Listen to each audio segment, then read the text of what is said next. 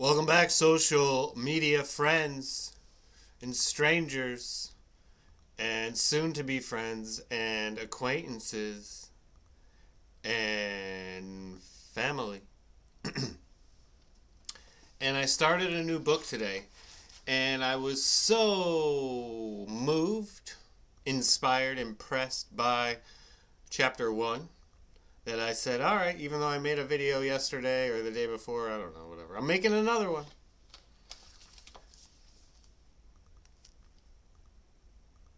Eliot Coleman, The New Organic Grower, a master's manual of tools and techniques for the home and market gardener, of which I am going to be.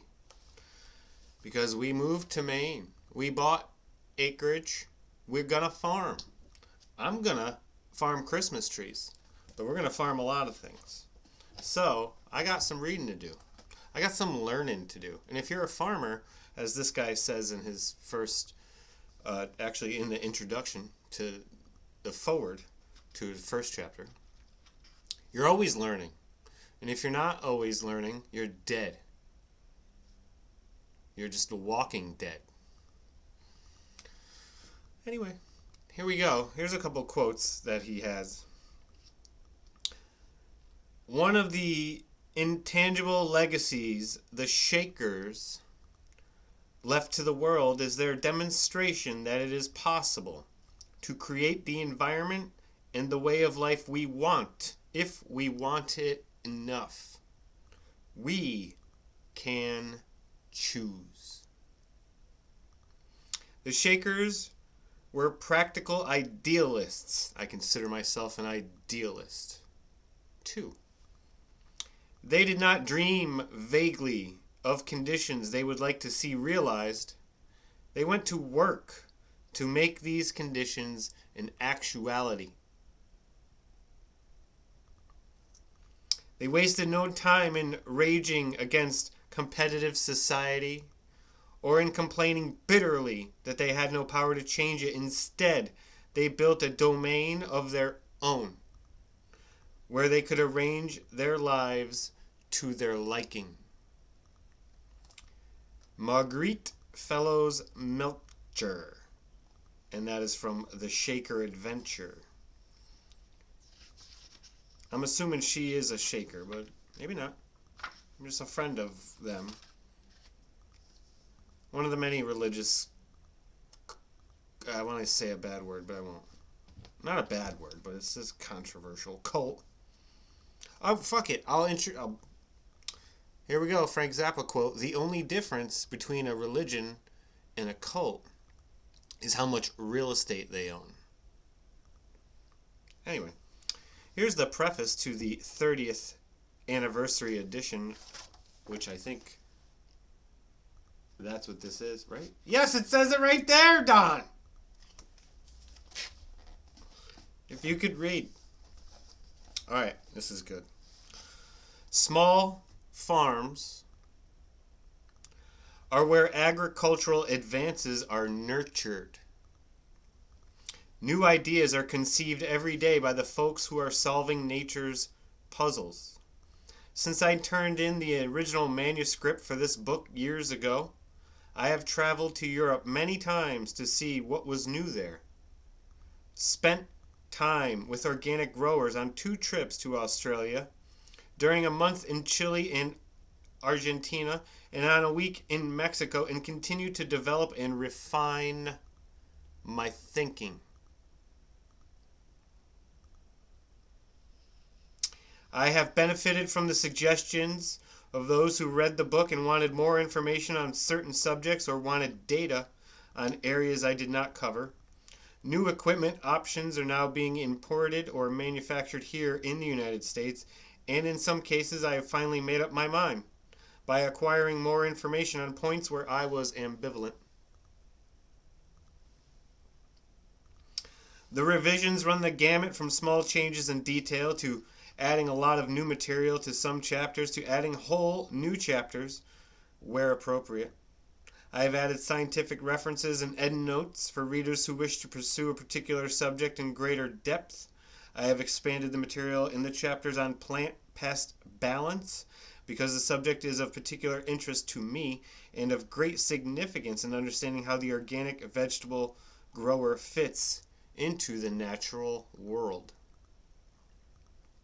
Organic farming is based upon the creation and maintenance of a biologically active, fertile soil and succeeds because of the benefits derived from that soil. The production of pest-free plants and livestock with active immune systems and a direct outcome of this type of farming is a direct outcome of this type of farming that, as scientific studies have consistently shown, induces pest and disease resistance in the crops. You mean if you give them good food, they'll become healthier and able to resist disease in a more hardy fashion? You mean like a human? What? Whoa. Research into the marvelously complex soil microbiome is revealing the vital ecological processes that support natural, non-chemical food production. That research underscores the intuitive brilliance of the founding organic farmers. As a bonus, a biologically active fertile soil produces food of the highest nutritional quality. Soil fertility does not require inputs from off the farm. I'm going to read that sentence again because that's how important I think it is. Soil fertility does not require inputs from off the farm. It springs from farm-derived compost, crop rotations, green manures, cover crops, nitrogen-fixing legumes, grazing livestock, shallow cultivation, enhanced biodiversity, and other time-honored practices that nurture the boundless energy and logic of the earth. Organic farming is a circle of endless renewal, and it will succeed wherever there is soil. The inclusion of deep-rooting forbs in grass/legume or legume. I like to say the soft G there, okay? Legume pastures within the rotation helps to maintain fertility and makes available the almost inexhaustible mineral supply from the lower levels of the soil. You need those deep roots to grab those deep minerals. Grazing livestock benefit the soil. Diverse pastures benefits the livestock. Most significant of all, since soil fertility on the organic farm is powered by easily understood soil management techniques rather than by purchased inputs, this food production system is accessible at no cost by farmers everywhere and can thus nourish the planet with exceptional food in perpetuity. Perpetuity, there it is. I'm like, I know that word. That means forever. That clear path to a bounteous, well-fed future for humankind will remain unrealized if we allow any misunderstandings about and subversions of the foundational concepts of real organic farming to go unchallenged. That is the preface. I thought it was so, like when I turned the page, I expected more, right? And that's it. That was the preface of the 30th anniversary edition. It was just, boom, it stopped exactly at the end of the page. And I was like, whoa, that's rare. It made me wonder if it was on purpose, deliberate, coincidence. Anyway, let's read chapter 1, which I just thought was such a brilliant metaphor. That's why we're here. Okay. Chapter 1. The other side of the tapestry. An agricultural metaphor. The other side of the tapestry. But first a quote from Don Quixote. Still it seems to me that translation from one language into another is like looking at Flemish tapestries on the wrong side.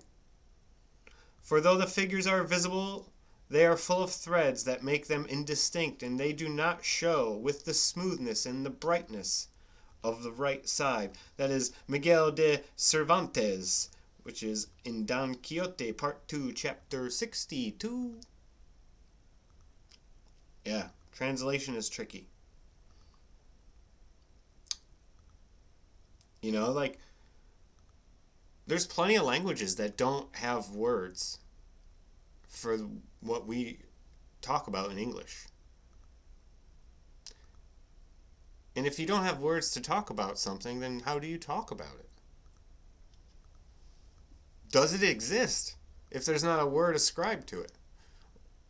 Or a symbol, which is all a word is? Anyway, let's read chapter 1, because this is so good. This metaphor. Imagine, if you will, an enormous tapestry hanging from the ceiling of a grand hall. The tapestry depicts the natural world in all its elegance, subsoil and topsoil, plowed fields and green pastures, gardens and orchards, prairies and forests, valleys and mountains, sea and sky are all crisply represented. There are creatures large and small, birds and fishes, bacteria and fungi, predator and prey, and the dynamic balances between them.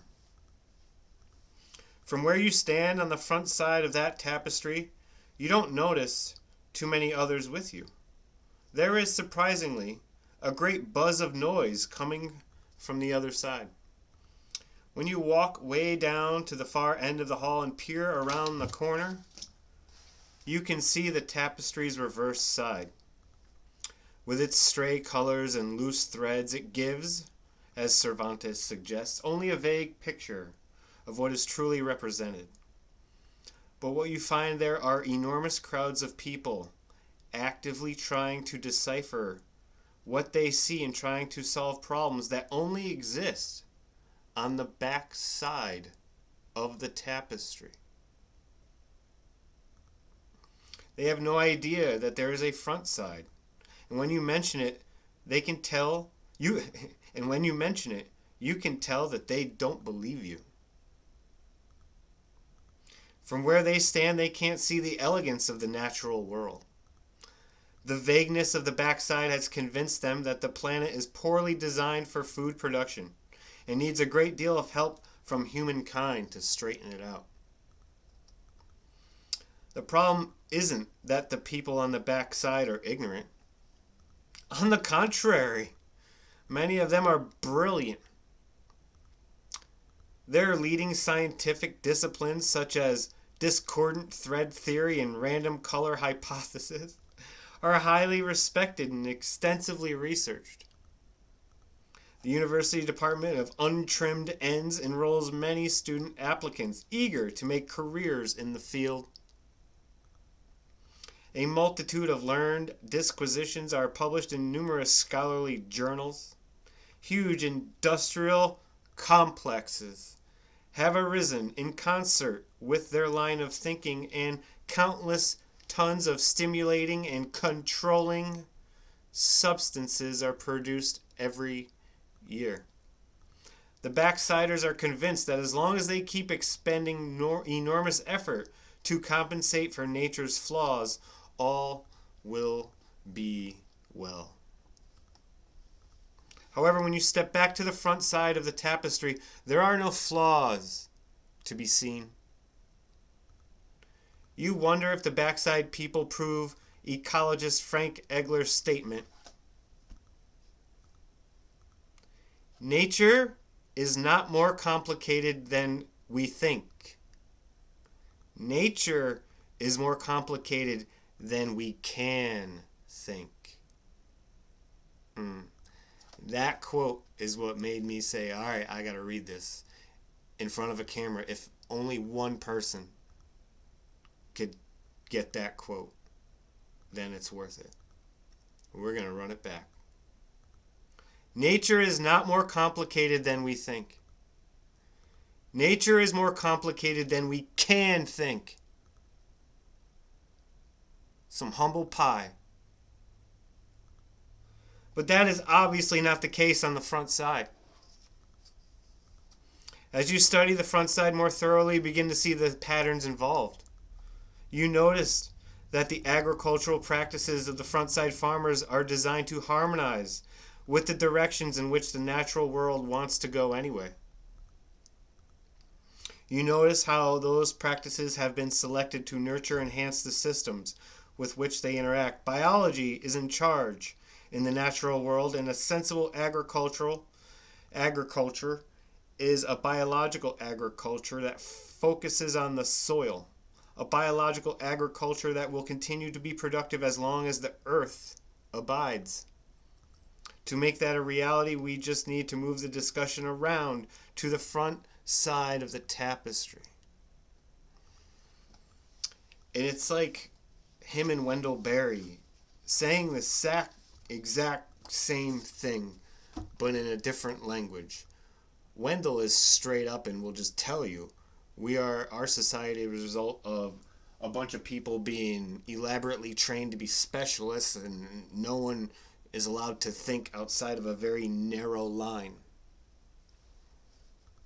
He just comes right out and says it. Whereas this guy, Eliot Coleman, look at that. That is the friendly face of someone who has read a metaphor or two. I mean, Don Quixote, you know.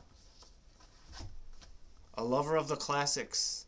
Thank you, Eliot, and I can't wait to finish your book.